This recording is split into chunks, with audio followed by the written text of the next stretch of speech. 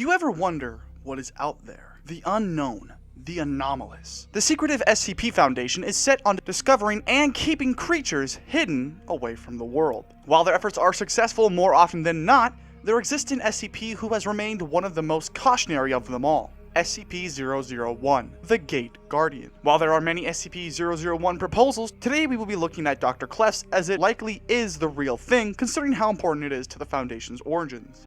Standing at 700 cubits tall, the Gate Guardian, often called Uriel, is one of the Foundation's most frightening subjects. It has stood near the intersection of the Tigris and Euphrates rivers, protecting what lies behind an immense gate, something which many staff members believe to be the Garden of Eden, which bears both the Tree of Life and Tree of Knowledge. During the olden times when the gods ruled the earth, a great serpent, suggested to be 682, granted humans a fruit from the Tree of Knowledge, leading to what we know as civilization today. Great job, 682, you really nailed that one. Look what we have to deal with now. Since then, SCP-001 has stood guard over Eden and destroys all who approach the garden under the rule of SCP-343, God himself. With a massive flaming sword capable of rivaling our sun with its temperature, Uriel has not only defeated other SCPs with little effort, but has been shown to be able to obliterate entities from existence altogether. To be fair, most things would be wiped off the face of the earth when hit by a blade coated in flames hot enough to rival the sun. With that in mind, this bad boy could casually produce 177 tons of TNT by just sitting in his grasp, enough to destroy multiple city blocks. But Uriel doesn't simply stand around eradicating opponents with the radiation from his sword. No, he brings pain upon all who dare approach the garden. In one instance, when the Foundation received a transmission seemingly from the future, warning of the day when God would come to Earth and share with the world his nature, his will, and his plan. In this transmission, there is a line that reads, "The Lord reigneth," a text seemingly from the Book of Psalms. In this passage, Psalm 97, it mentions a fire going before God and how the hills would melt like wax in his presence. In the tale, the gates open, SCP-343 arrives in front of Uriel and has him open the gates, wherein SCP-001 would lead an army of creatures like him across the earth. Let's assume that Uriel would be the fire that melts the hills. Considering he is set to guard the gate and its inhabitants, I believe it's fair to grant him this feat. Hills can vary, but for this example, let's go with 200 meters in height. Using the size of a scaling ellipsoid as a reference, this hill would have a volume of nearly 17 million cubic meters. Accounting for the makeup of hills being dirt and rock, this would hypothetically require an output of 77 megatons of TNT. Keep in mind, the Soda Bomba releases 50 megatons, and if beating out man's largest bomb is impressive,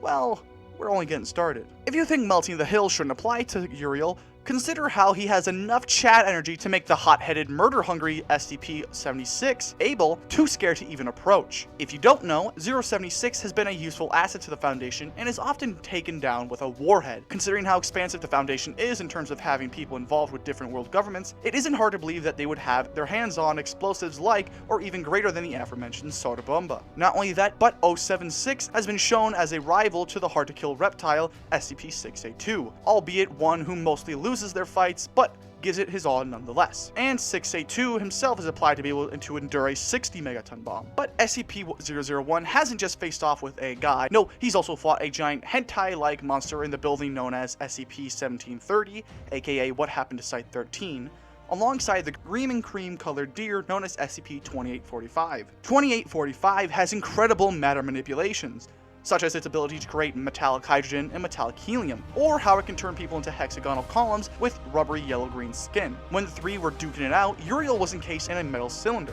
Now, since there is no such thing as metallic hydrogen or helium, we can't use this feat with said material, so for simplicity's sake, we will just use steel. Based on this incredible art, and yes, we're going to use this since it's the best visual we have of these three during this story, we can use SCP-001's height of 700 cubits, aka 373.38 meters, to scale the distance from his torso to the ends of his wings to get the radius to find out the total volume a cylindrical prison this size would be. Considering the temperature of his sword and the fact that he was in the midst of battle, the steel encased was likely vaporized, something that would require 001 to produce 9 gigatons of TNT. Where destroying a bunch of steel is impressive, Uriel could also damage SCP-2845, who is more than just a deer.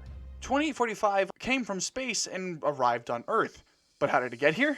Well, it rode a goddamn meteor into the ocean. The comet that 2845 rode on was C2011W3.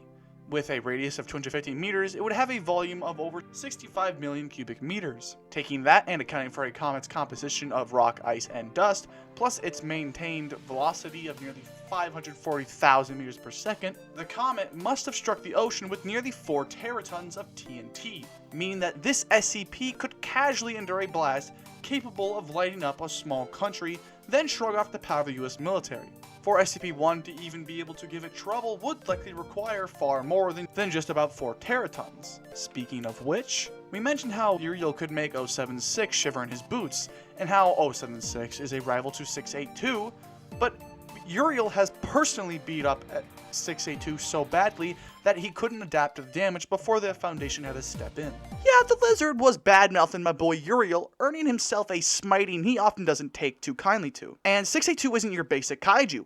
He's been through all types of execution attempts from the Foundation in the course of his containment, from resizing to crystallization, and of course all types of battles with various SCPs. For the basics, as we mentioned, a 60 megaton blast wasn't even considered as something worth an execution trial. But explosives beyond just 60 megatons still fall short against the Lizard King. In the Tail Wasteland, it is said that monstrous explosions tore across the world, destroying terrain and Foundation sites alike, allowing the high-tier beasts of the SCP universe to roam the thick blue and green planet we call home. Considering how the tale mentions these explosives starting in the eastern portion of the United States, let's say that these monstrous blasts could destroy something like the Appalachian Mountains. With an area of nearly 2 trillion square meters and an elevation of over 2 kilometers, to at least violently fragment something this size would require an explosive yield of over 32 teratons of TNT. For 682 to be a part of this bombardment and walk out unfazed proves that SCP-001 must be above this 32 teratons attack potency to beat him down so badly. And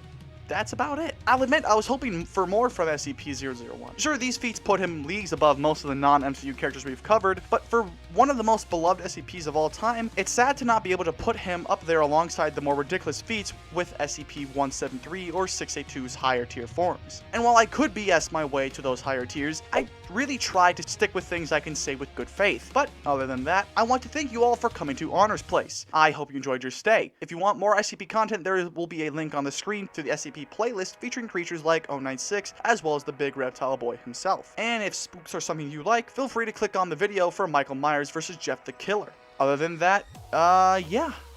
Bye bye.